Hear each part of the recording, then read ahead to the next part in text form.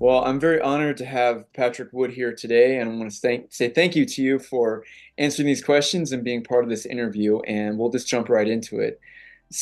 As a veteran journalist covering the technocracy space for nearly 50 years, how has the mass media been able to so thoroughly brainwash the public so that we don't just accept ridiculous things like the government's refusal to tell us what happened with JFK's assassination, but in fact, many people actually advocate for our own subjugation?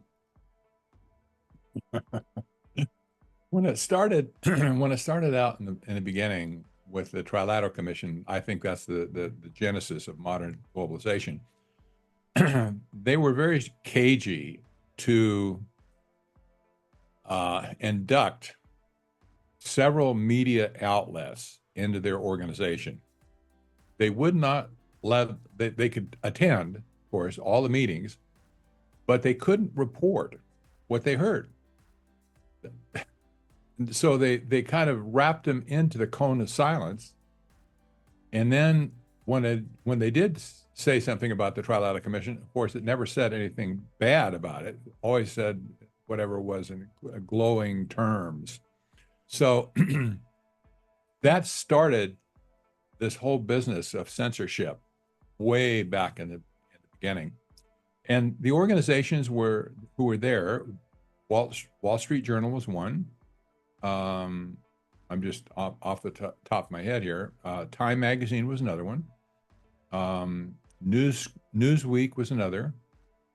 I want to say that Barron's was also part of it. But in any case, basically, it was kind of the creme de la creme of media at that time. So history now, 25 years plus, they look back at that time. There was no reporting on this stuff. You know that what historians do when they sift the record, they always go to the media. They wanted to look at the articles that were published and that sort of stuff, and they said, "Well, there's nothing to see here," because it was all secret. Well, this is perpetuated over time, and we just have a full blown example of it now, where all the mainstream media has been co-opted.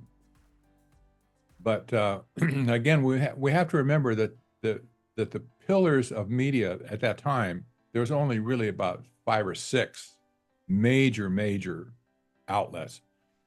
They were all co-opted back then, and that's basically this. This is what we see today.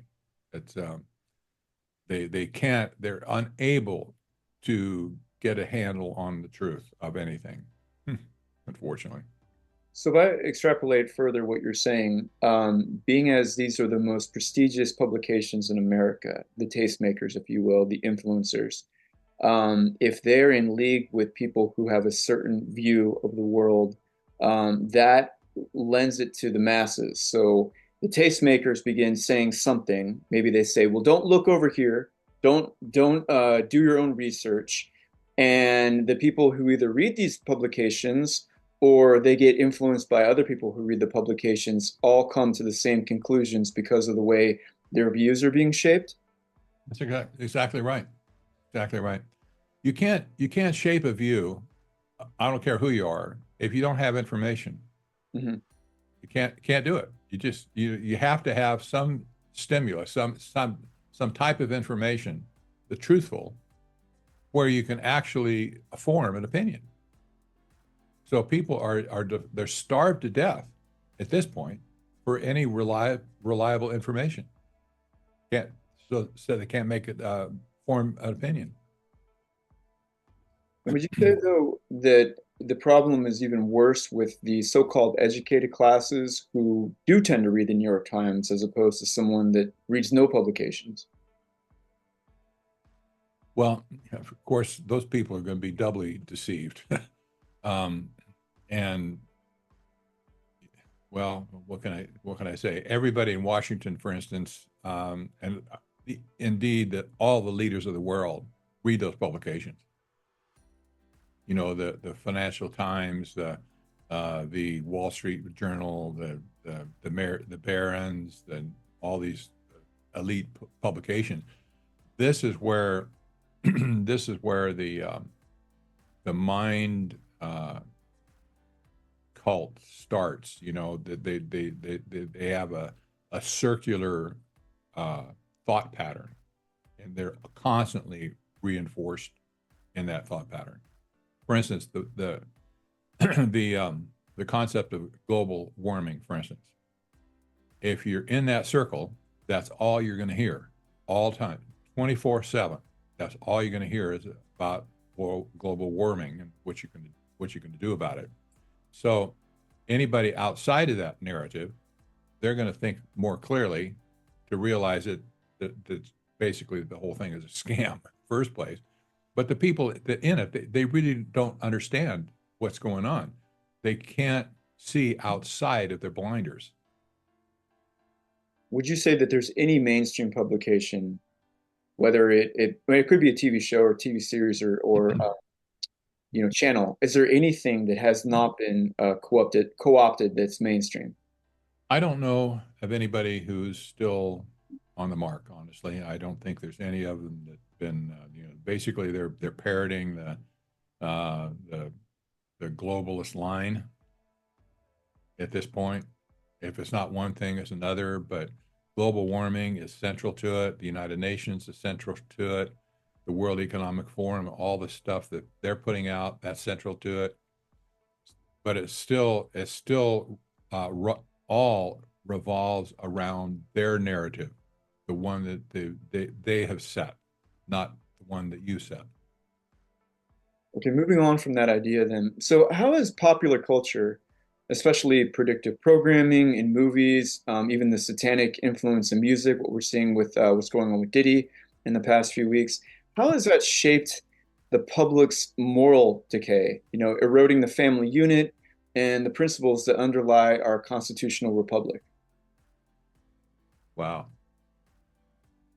Well, that's a great observation, and it's sad to think how well you have to be really cynical at this point when you look at people like Diddy, you look at people like Epstein. At this point, people have kind of gone over the top of it, thinking, well, we saw it pass by, but we're not going to be impacted from it because of it. And at this point, the world has and society has this cynical view of evil, and it's just they become insensitized to it. That leads to them, it leads to behavior that, well, if they can do it, we can do it too. This is kind of this sick, I realize, but that's kind of what it boils down to, I think. You might remember, well, you might not remember, but Bill Clinton was a president once upon a time in the 90s.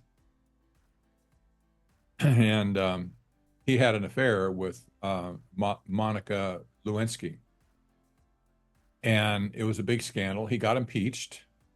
He didn't get ejected from the office. He should have, but nevertheless, he didn't. But Bill Clinton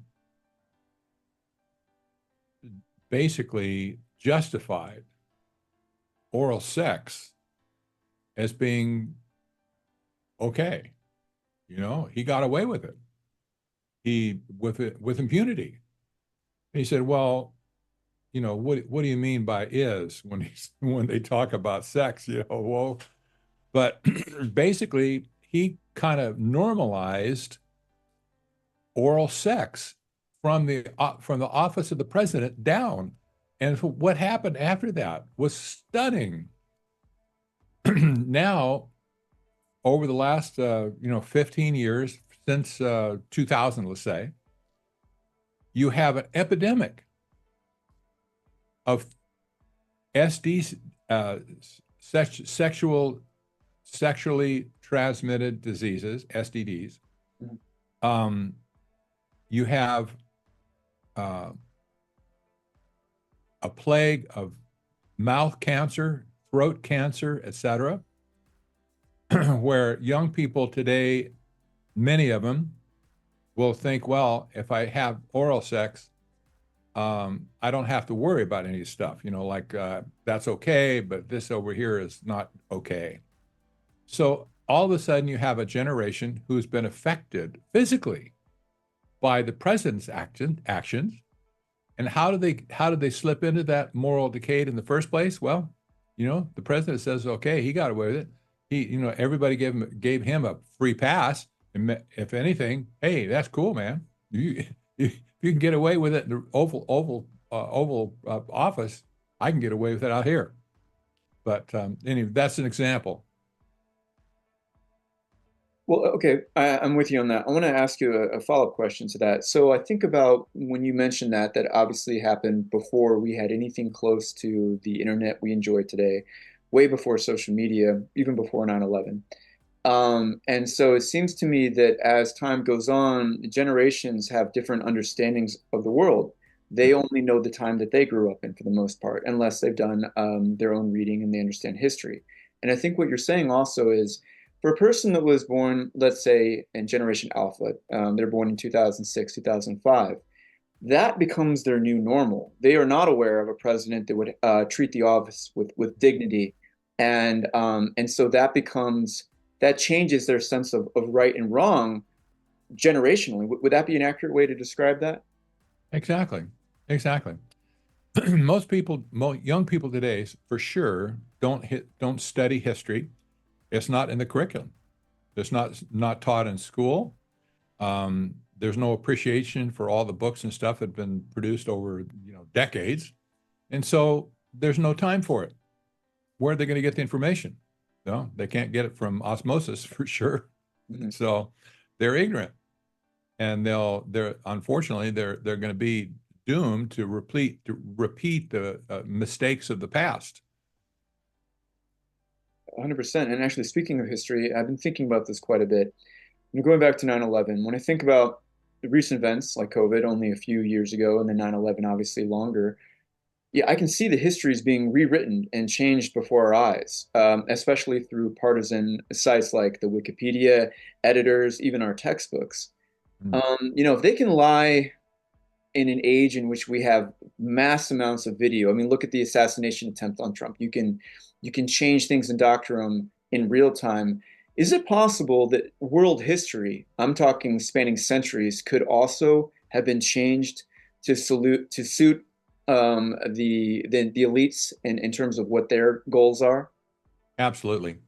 We see so many instances of this where people have rewritten sections of history to fit their narrative. Now, fortunately, most of this stuff doesn't make it into print, but that really doesn't matter to people who listen to stuff on the internet and they read electronic books or papers or whatever. But this underscores the importance of having physical books in your possession that can't be modified. In other words, there's no once the thing is in print, you have a copy of it. Nobody can come and write over the top of it, change words, stuff like that. But this is happening. Electronic editing of books, even books that got into print. This is epidemic right now. Stuff is being changed all over the place, and of course, if there's nothing but an electronic copy, you can have your way with it. Nobody will ever know what it was unless somehow they go to like the Wayback Machine and they pulled a copy from 5 years ago or something and see, oh, that changes, that this changed, whatever. But otherwise, people just don't see that kind of stuff. But there are cases, for instance, I'm thinking of one book, The Catcher in the Rye, I think it was a classic book. Yes. That was modified because of pressure from woke people, that wanted to change the narrative about the racism and the sex, whatever, and the Catcher and the Rye in the book. Well, you can't do that. It is what it is. If you don't like it, don't buy the book. But that's one example where they actually reprinted the book after that. And if you have a new copy of that book today, you're not going to see what the old text said. If you had the old book, you'll have the real deal. But this is happening with printed books as well as electronic books at this point too as well. Thinking about historical trends and the way it affects our mores, I think about this quite often.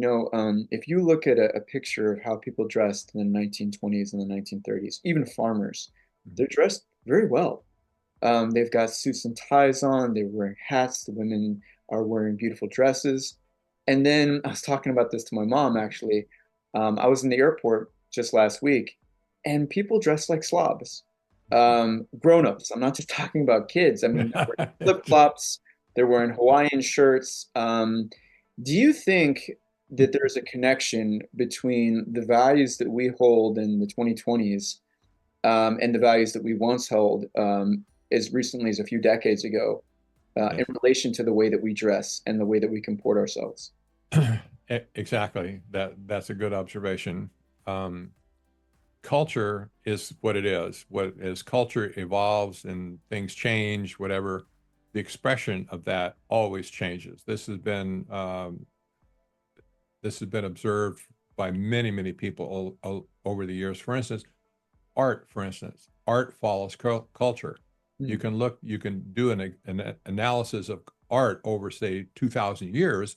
You'll see exactly how the culture changed because of the expression of art. Now, art didn't cause anything to change, but it was an expression what was going on at that time. And today, basically, when you look at how people dress, that's a form of art as well. That's all I'm saying. It is basically it comes down to that. People dress according to their being, how they think about things, and if they dress as slobs, Mhm. well, it just tells you something. You look at the pictures that are being created today as well, especially with AI, I guess. But the art today is just absolutely sloppy and over the top sloppy. Well, that's a reflection of the attitude of society, and by and large, worldwide as well. So you're well known for being an expert on the subject of transhumanism. How can we wake up enough young people to care about this topic, especially the idea that the organic human as we know it may soon be an endangered species? That's tough. Most people, unfortunately, never think what is what is what it means to be human in the first place. That's where you need to start. Um, Unfortunately, for instance, if a young person is confused somehow, they get confused about their gender, and a girl says, "Well, I want to be a boy. I'm tired of being a girl, whatever." She gets confused, and whatever reason is she gives, um, she'll be delivered into the hands of doctors who will give her all kinds of hormone treatments. They might even cut her breasts off to make her look like a boy, whatever. So many of these people understand later what it means to be human. And when people want to change you from being who you are, or they want to manipulate your mind to where you can't conceive of what it means to be human, then you've lost it. You just lost it at that point. I think it really is a battle for the mind Mhm. more than anything else, because that's where it starts. But if people can't conceive what it means to be human. They'll fall for anything that wants to change them to be something else. If that makes any sense. It makes perfect sense. You know, along these lines, we're daily being coaxed into accepting AI as the new economic engine for financial growth. It reminds me a lot of the internet in the 1990s. Should we be alarmed that AI is learning daily as it's being more integrated into our daily life? I'll I'll couch my response to that is to say first, I do not believe we should use the term artificial intelligence because that's an oxymoron. Okay. Intelligence is only given to humans, not for anything else. So the fact that they've made this marketing statement, if you will, artificial intelligence, it fools a lot of people into thinking, oh, it really is intelligent. It can be sentient. So that means it can be sentient someday, Hmm. or it can be, really fully human. Well, it'll never be that way. But nevertheless, artificial intelligence as a computer program can do amazing things given the data that's fed to it.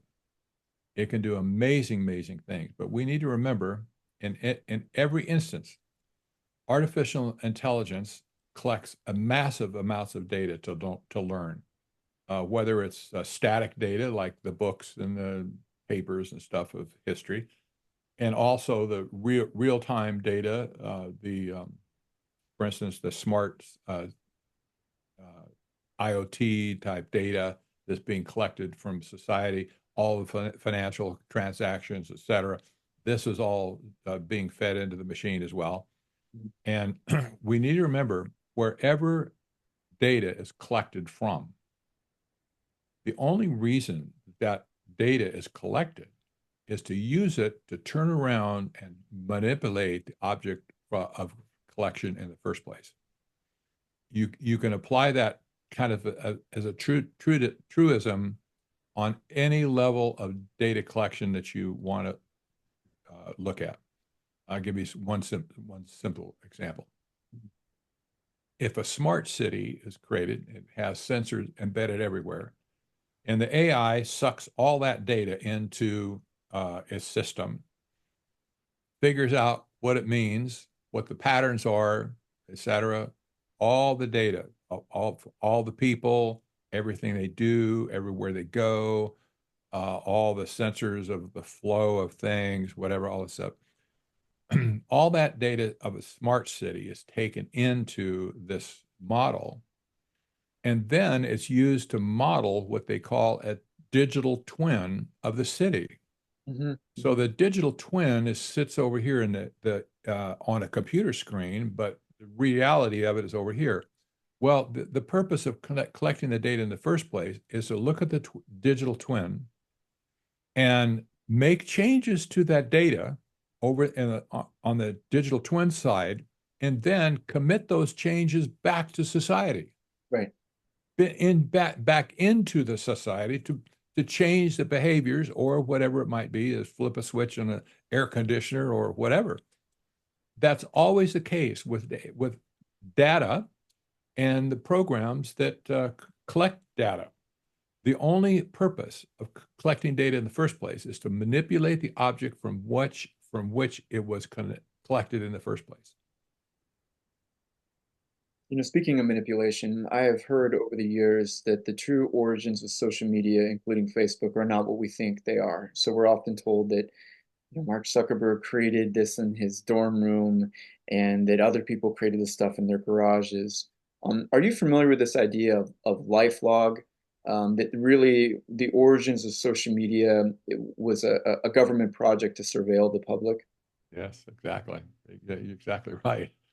Most of these, in fact, if you trace the internet back from day one, it was always and remains a military operation. We need to we forget that because it doesn't look like it. There's not people running around with jackboots, on. It's coming probably, but it's not yet. So it was all spawned by the military in the first place. And all of the iteration of the giants that we have today, most of them were started with money from, for instance, from the military or the CIA. You know, the CIA says they're not supposed to operate on domestic soil. However, they have a venture capital firm known as InQtel, IN-Q-Tel.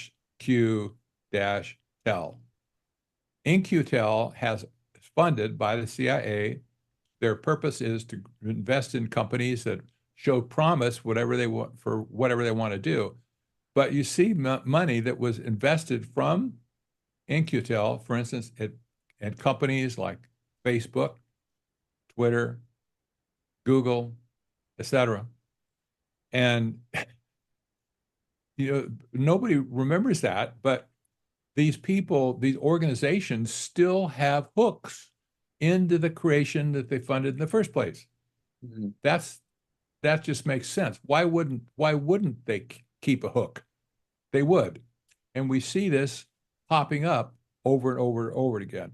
You don't see it all the time, but when you see stuff that you really scratch your head, look back where it came from in the first place. Things like messenger programs, for instance, Telegram and Signal. Mm-hmm. These organizations or services were creation in the first place by the intelligence community. So they're not going to be kind to us. That's all I'm saying. These are not our friends. It's nice that we can use the services for our purposes right now, maybe. But when push comes to shove, these people are not our friends. They're basically the enemies of humanity. Well, when I hear you say that, I think to myself, if I were running a totalitarian government, this is the way I would do it. Instead of making people demanding information from people, we've flipped it. We've flipped the incentives, kind of like what Edward Bernays might do, right? We've made people willingly give their information because they show us what they ate at breakfast and show us what they're doing, what their kids are doing on sports teams. But it seems to me this is a mass dragnet vacuuming up all this data on us, and we're willingly doing this. Is it an accurate way to think of it? Yes, it is. When I said before, talking about a smart city, well, you have to remember that the city is one thing, but all this social media complex now, where people willingly give everything that they have, even the pictures of their kids, their preferences for anything, you name it. This all can be sifted from social media. That's a gold mine for companies like Google, Facebook, Twitter, and so on. This data, the value of this data is absolutely incredible for them, and has made, for instance, in the case of Google, it's made them billions of dollars over the years, and it's still going on even today. But again, the concept of collecting this data on us and outside of social media, that doesn't include commercial transactions. Sometimes it does, but when you add in the possibility of all the financial transactions coming in, for instance, as a result of central bank digital currencies, this is going to be a sledgehammer that can totally manipulate all humans on the face of the planet. This is the goal, to collect all this data when you have all the data, every conceivable facet of data that there could be in existence anywhere. If you have all that data in one place now, you're going to be the master of the universe. A lot of these people understand what that means. Klaus Schwab does at the World Economic Forum. He said it. He said, whoever has the data, they're going to be the masters of the universe. Well, how about people like at Google or Microsoft? They say the same thing. How about Jeff Bezos as well? He gets it. Zuckerberg gets it for sure. Elon Musk gets it. Sam Altman, don't forget him. he gets it too. Whoever controls this beast, this data sucking beast, will end up being the master of the universe someday.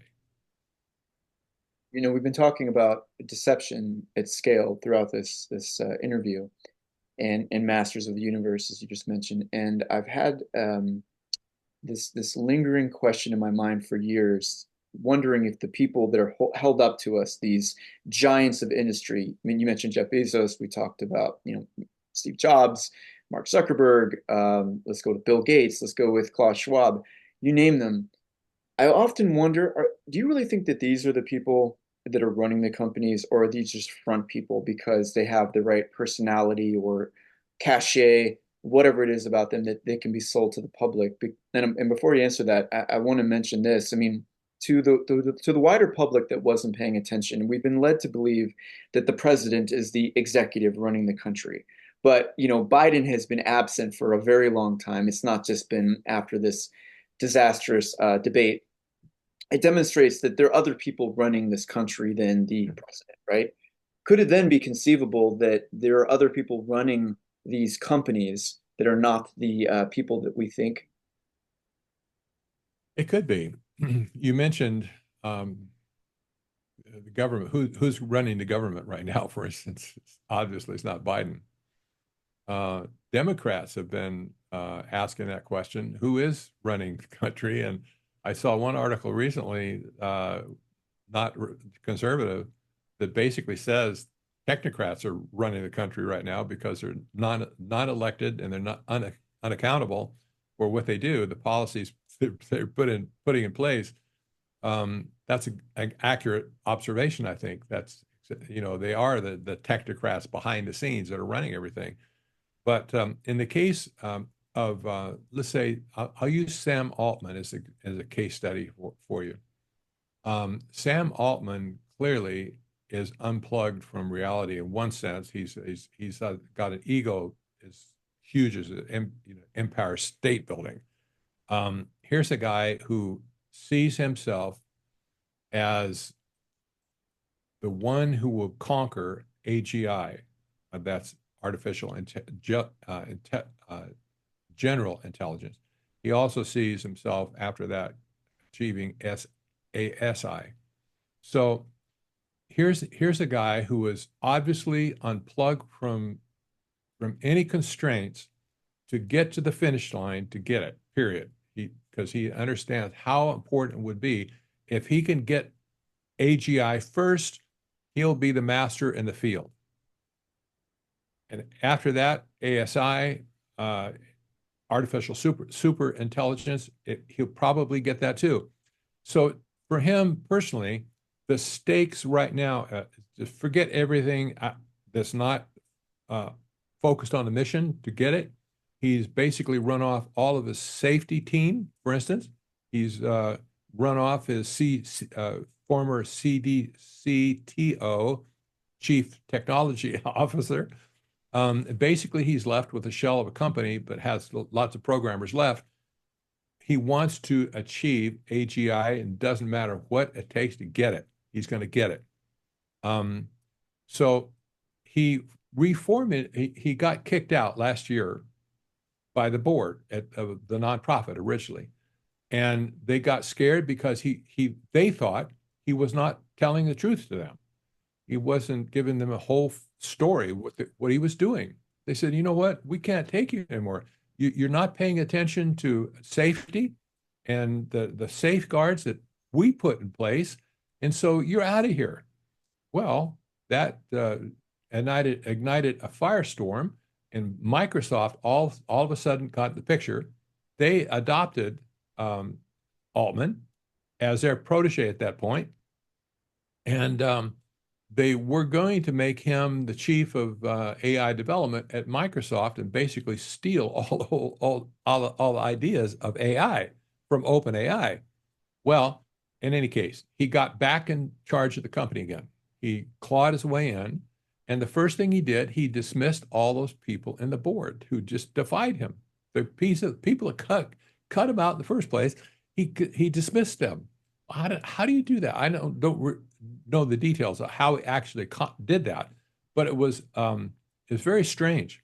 So then he turned around and he put new board members in who were favorable to him, who would do what he wants to do. I think I was just basically these would be the yes men. Hmm. Now, this whole thing is leading up to one thing. That is, they were all young people by and large, except for one. One is about my age, actually. And this guy, his name was Larry Summers, former bigwig at Harvard, Secretary of Treasury, economic advisor to multiple presidents along the year, all on the way. And most importantly, he's a member of the Trilateral Commission. That was the genesis of modern globalization in the first place. We talked about it earlier about David Rockefeller, Brzezinski, how they founded the Trilateral Commission in the first place in 1973. Okay, here comes Larry Summers. All of a sudden, he's seated on the board. Was this a young person or a guy who really gets it, who Sam Altman just chose Larry Summers to sit on his board? You got to be kidding me. No way would he ever do that. Somehow, though, Larry Summers and the Trilateral Commission said, you know what, we're going to get in a position here. I can't imagine. I'm just speculating totally on how they might have done it. But somebody approached Altman and they showed him the way the crow is going to fly if he doesn't do what they said. So here's an example where you go look at Sam Altman all day long and come up with really, really evil picture of the guy. But you see this another layer behind him, popping their heads up, Mm-hmm. to control the system. Does that make sense? Makes perfect sense. And I think, well, also he was connected to Mark Zuckerberg as well, Larry Summers.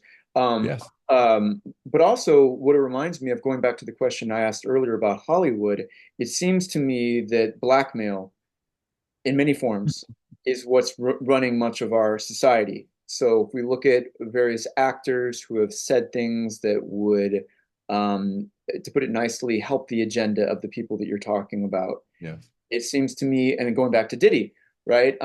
He may be likened to the musical version of Epstein, right? Yes. It seems to me that because all of us are fallible and we make bad mistakes, especially when offered different temptations, it is very possible to blackmail anyone at any level of society to get what they want. Yeah. Would that be accurate? Yeah. That's the truth.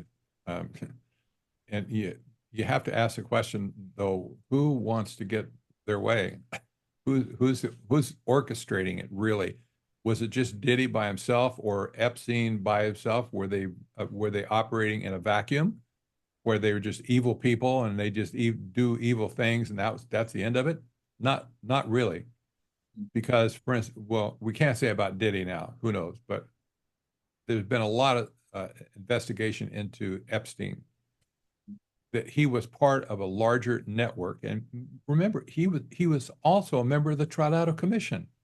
He was the blackmailer enforcer for the Trilateral Commission. And the people who went on his excursions were not necessarily members of the Trilateral Commission at all.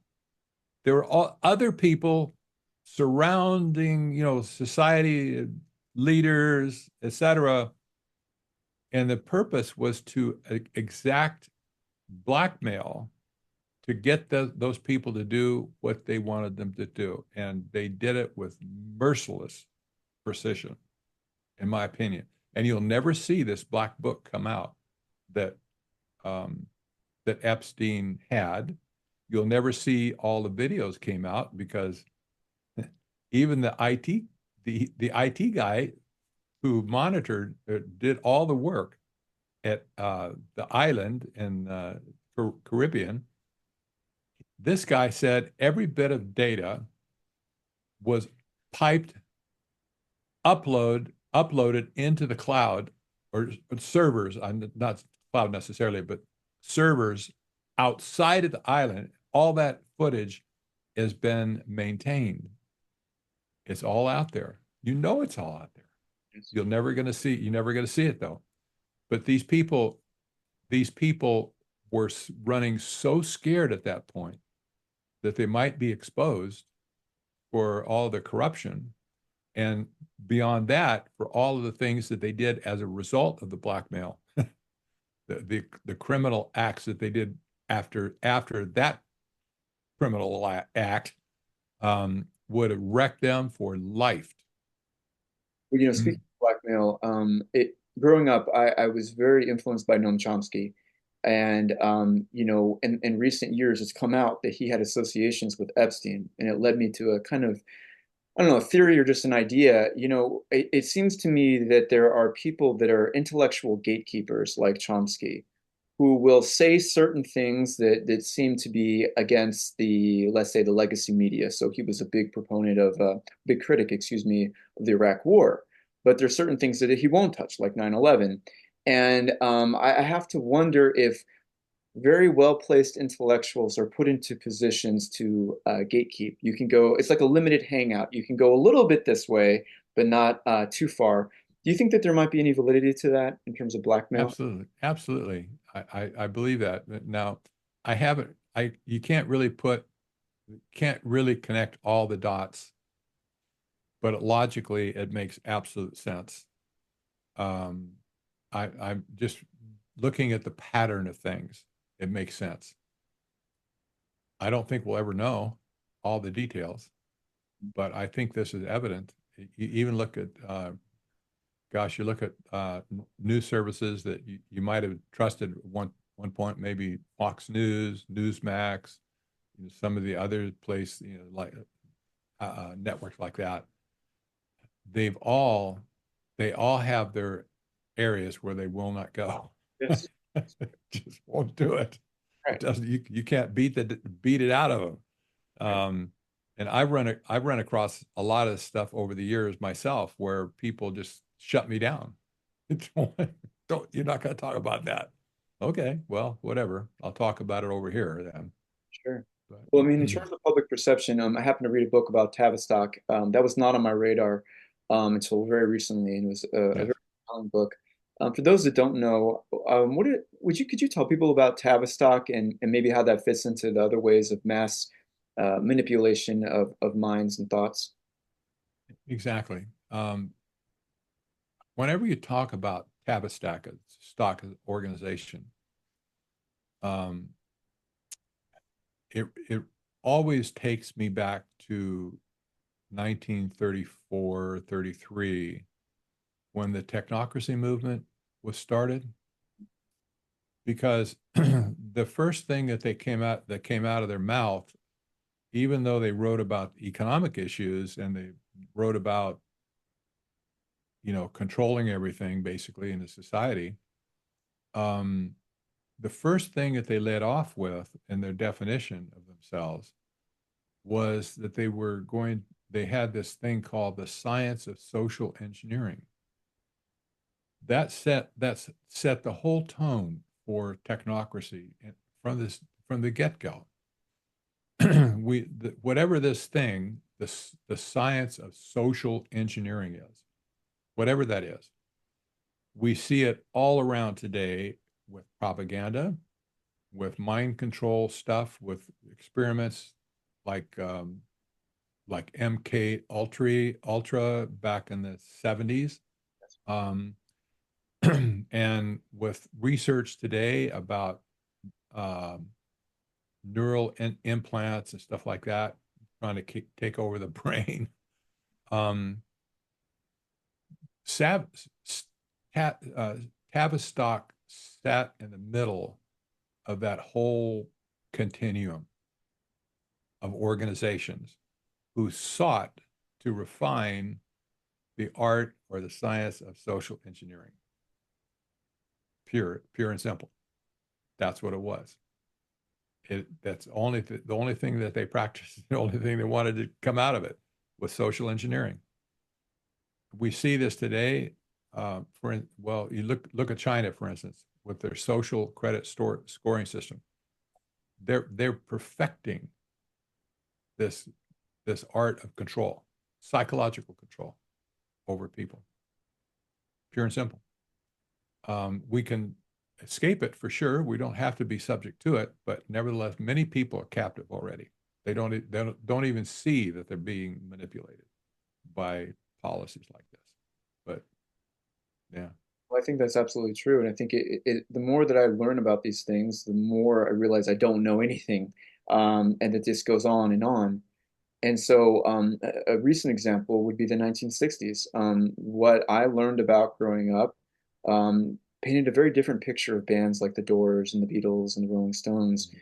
For me, growing up, my parents are boomers, and this was supposed to be an almost like the Enlightenment, this revival, this celebration of life. And yet, as I think about what the Tavistock Institute may have really been up to, it was a way to break down the social cohesion and the culture of America. What are your thoughts on mhm, exactly. That was part of the program. You need that. You need to do that so you can perfect the science of social engineering, breaking down society, especially one that's cohesive, based on liberty, the principles of liberty and freedom, et cetera, like ours has been in the past. It's very hard to break people down in that when they all have support. Well, it's like the trees in the forest, for instance. The trees in a forest support each other. And if you cut down all the trees except one, the tree's going to die real quick.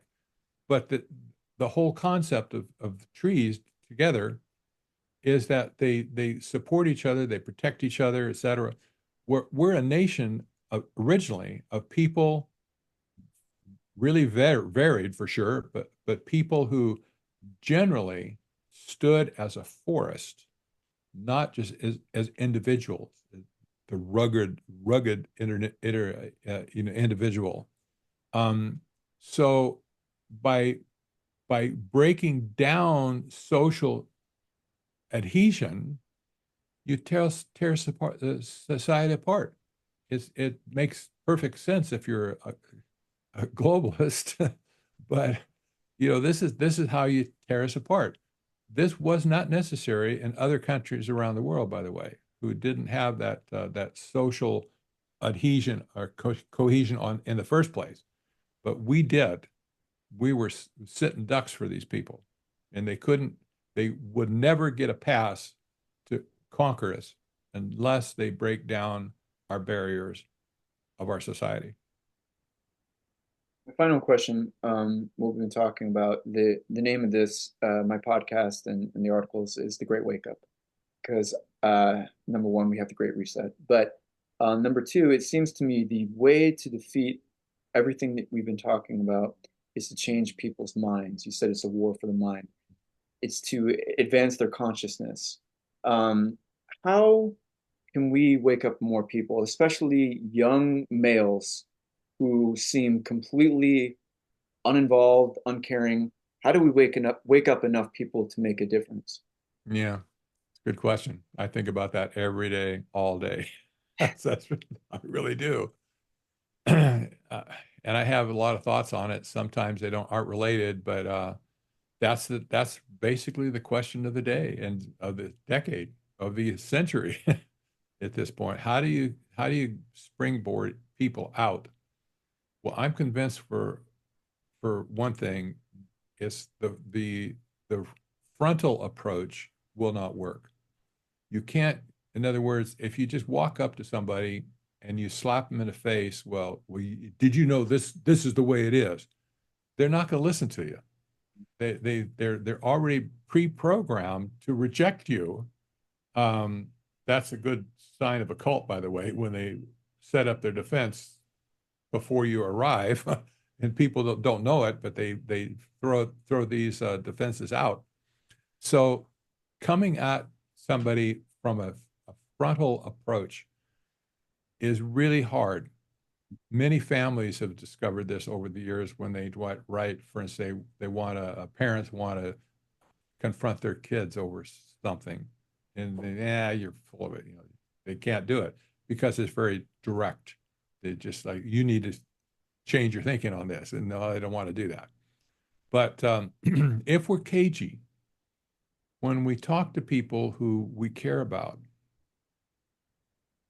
and we want to lead them out from where they are, we need to engineer questions to ask them to draw them out to think about things, not just to accept your position necessarily. You can't argue somebody out of their position with your position, but you can you can draw them out by giving them answer or questions that they really can't answer unless they think about it. When they start thinking, then they go, I never thought about it that way. What does that mean? Well, you're getting into their thinking process now. If you can do that, that's really a bleak kind of uh, a roundabout answer. But I'll give you an example from the Bible. This is legendary. Everybody will understand it, even if you're not a Christian. But when Jesus was teaching his disciples, they often came to him with questions. You'll notice he very seldom answered the question because he understood where they were coming from, and their head was in a space where it shouldn't be. So instead of answering their question, he would turn it around and ask the question he wanted to answer, and then he'll give them the answer that they needed to hear that would get them on the right path again. Okay, that's very clever. It's not manipulative, but it's a very clever way to address people who need to be addressed. And you can't answer their questions straight on, but if you can, shift a little bit, say, well, have you ever thought about it this way? And then give it to them another way. It's very effective. I've seen it happen before and many times.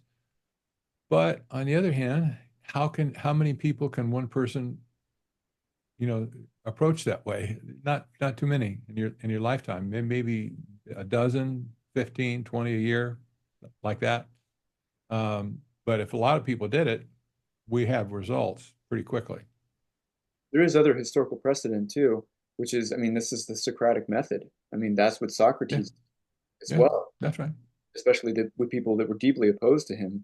I mean, it didn't Yes. end well for him, but but I mean, he's the father of philosophy, and I think Yes. there's something very telling there. Sorry, one more question with that. I agree with what you're saying, and I also agree with the limitation. I mean, how many people can you possibly ask questions to? How much time do you have in a day to ask those kinds of questions? How much patience do you have? Yes. But the other thing though Wow. that is yeah, that is so frustrating too, I would say is boys. So I have two young boys, and they don't believe any of the nonsense because my wife and I do ask these kind of questions, and we teach them, and we want them to be inquisitive and to think for themselves.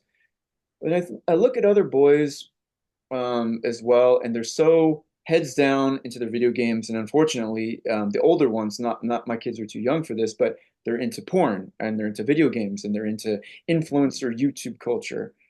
Is there any suggestions about turning around boys? And before you answer that, please, the reason I ask is because I know that girls will follow the boys. There's a reason why more girls will read Harry Potter than vice versa, right?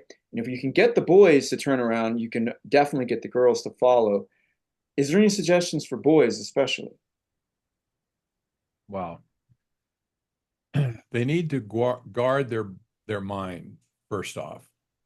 Not They need to be trained to have discernment on what they put in their mind in the first place. Whatever they absorb through their eyes and their hearing, etc. Um, you can't unsee anything that comes in that way. And if you take it in without a critical analysis, it'll eventually sink into your heart where you act on it. It becomes part of your emotional seat at that point. And if you if you get it that far down your craw, you're going to be eventually you're going to be acting out of your belief system at that point. Don't do that in the first place. So if, for instance, if you want to protect your kids and you're not going to say you're not going to do this all the gaming and stuff, whatever, don't let them do it. And there's other things that they can do certainly to occupy themselves, but not that. Those are choices that parents should be making, I think, those kinds of choices, including, screen time in general, but especially playing games incessantly on the internet, because everybody knows it's addictive anyway. But the images you get in your head, you can't undo them easily. So once you have them, it's really hard to get them out again. The answer is don't let them in the first place. You need to train your kids. Your mind is a sacred place. Whatever you're going to put in it, eventually it's going to eat you alive. So you want to eat good food. Don't put all this garbage in your brain in the first place. And if you want to keep your head on straight for the rest of your life, you've got to analyze everything that comes in to your senses with a critical eye, and just don't let it pass. If it doesn't smell right, don't do it. That's simple. Really good advice. Well, I just want to say thank you again for your wonderful insights today. It's been a pleasure talking with you. It was very, very informative and very helpful. So thank you again. You bet.